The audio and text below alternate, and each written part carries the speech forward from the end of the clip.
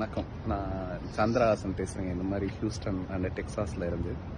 நான் வந்து ஒரு சாதாரண ஒரு சின்ன கிராமத்துல துறையூர் பக்கத்துல, அதாவது திருச்சியில இருந்து ஒரு 50 கிலோமீட்டர் இருக்க துறையூர் பக்கத்துல இருந்து ஒரு நரசிங்கபுரம் ஒரு கிராமம். அந்த கிராமத்துல இருந்து நான் வந்து இன்னைக்கு அமெரிக்காவில் இருக்கேன். வந்து பாத்தீங்கன்னா அந்த கிராமத்துல ஒரு பஸ் கூட வசதி கம்மியான ஒரு ஊர்.